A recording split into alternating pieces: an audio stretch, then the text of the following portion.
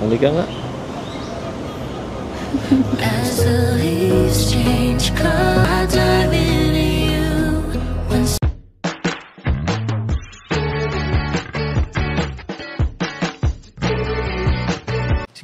Si Kuya Jens, ano yun, reactor natin yan. Official reactor.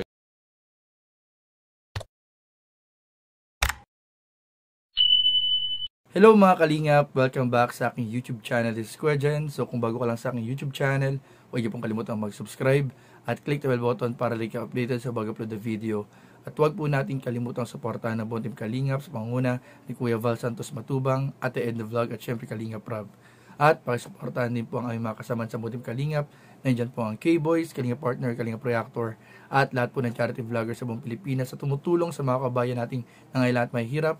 Suportahan po natin lahat guys. So ngayong araw mga kalingap ay ating bibigyan ng reaction video muli ang tambalang nagpakilig mga kalingap sa lahat ng mga taga-suporta ng tambalang EDSI. Ito po mga kalingap ang story at pagmamahala ni Kalingap Edu at ni Viance. At ngayon po mga kalingap ipapanoorin po natin ang last episode, sabi nga ni Kalingap Rob, pero ito pala mga kalingap ay dahil last episode po sa Hong Kong bago sila umuwi ng Pilipinas. At alam nyo ba mga kalingap, habang ine-edit ko tong video na to, ay grabe po mga kalingap, ibang level na po talaga ang pinapatunayan ni Kalingap Edu at ni Viance ng kanilang totoong status mga kalingap. At alam nyo ba, mamaya meron akong ibubulong sa inyo mga kalingap na balita ko po ay inaabangan na lang po ng dalawa na malapit na pong mangyari. So mamaya usapan po natin yan, pero bago yun, panoorin muna natin ang video na to in 5, 4, 3, 2...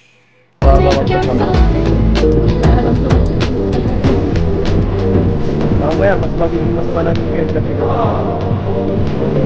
Mas mahang. Sabi naman tayo, mag-prepare tayo eh.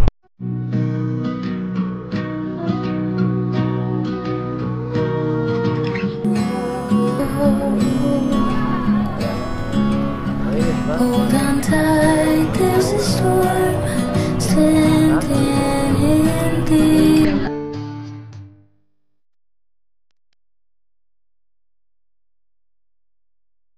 Ready ka na? Sumakay? Oo, ready na. Baka matakot ka. Relax lang sa taas. Bagay.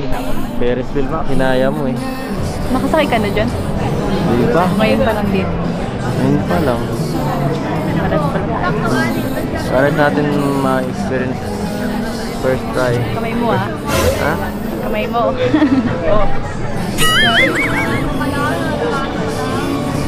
Ano kaya meron doon ano? Taas nakaka-curious.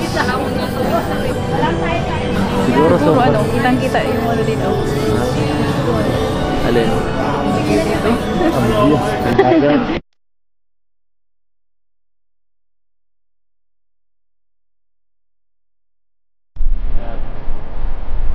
Ano ba yan? Hindi ba mas maging enjoy ang ano? Pag-relayas natin dito. Sulit na sulit yung binahid natin, no? Pero sayang, hindi natin na lahat. Hindi natin nasakyan lahat.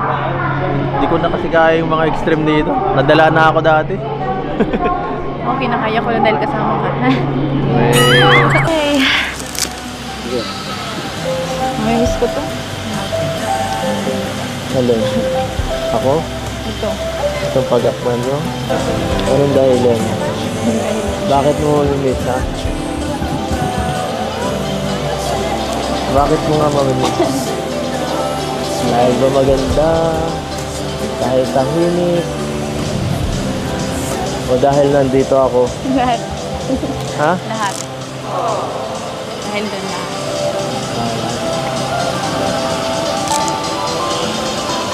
Bata ka pa naman eh. Pwede ka pang mag-ano. Malay mo, makabalik pa tayo dito. Marami pang oras. Marami pang pagkakataon. Malay mo sunod. Makabalik tayo. Sama natin pamilya mo. Kung ayaw mo ako lang. O kaya pamilya ko. Ano? Hi, last day na. Kakalungkot. Oo nga eh.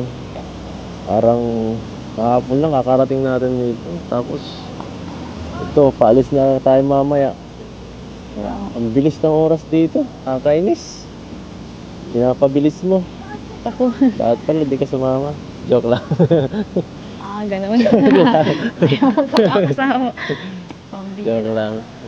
Siyempre. Pero ano dito, hindi nakaka-homesick dito sa lugar na to. Napakaganda. Ay, hindi ko nakakalimutan yung sinabi mo.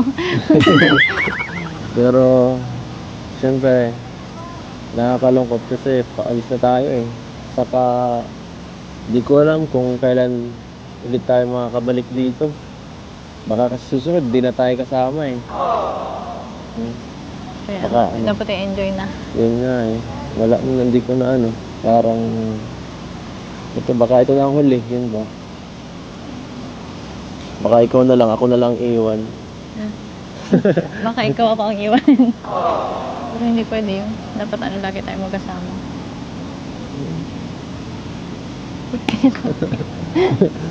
Kasama. Siguro, balik na lang tayo. Kapag kaya na natin. Sa tamang oras. Babakbak yung mukha mo. Mabakbak na. So, mo tanggalin. Gaano ka? Kulangot ba yan? Yung bira. Hindi yung kulangot. Mabakbak. Ikaw man din yung nagbabakbak. Pauwi na tayo. Ayos. Ala.